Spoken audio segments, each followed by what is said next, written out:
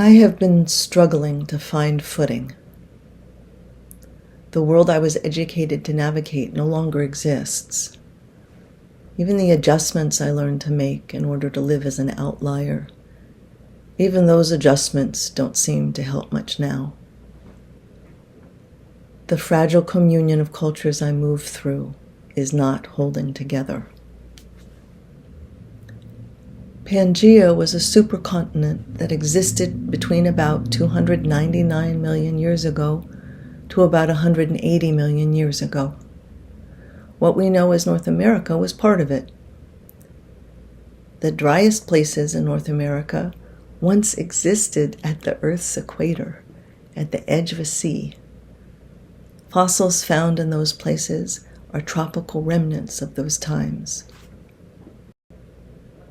The supercontinent Pangaea broke apart to end up as separate continents, and geologic forces continued to uplift and tilt portions of the Earth.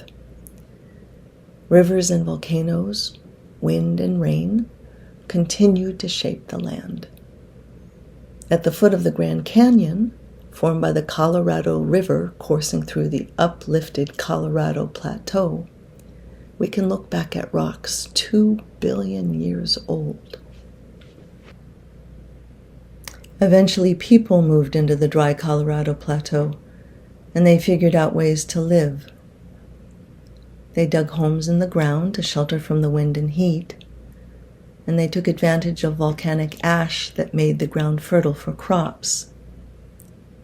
Ceremonial population centers grew. Dwellings began to rise, at least partially above ground, and sometimes they were sheltered in caves or below overhangs. Dwellings adjacent to rock made use of solar energy. Advanced astronomy, land management, and farming practices were developed.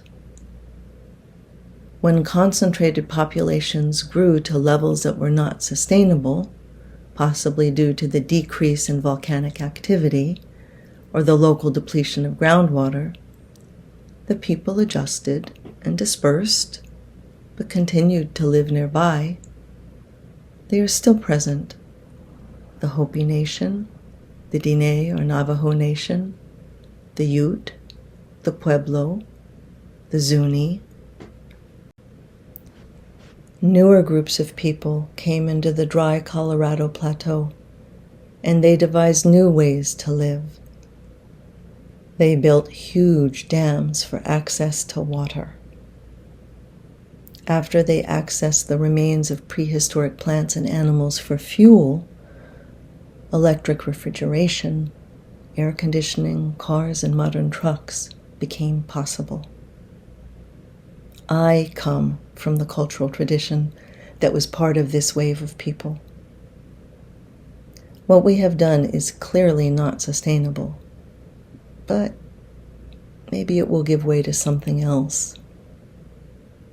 Maybe in hundreds of years, other groups of people will look at some of our efforts with respect, while also understanding why the way we lived had to change.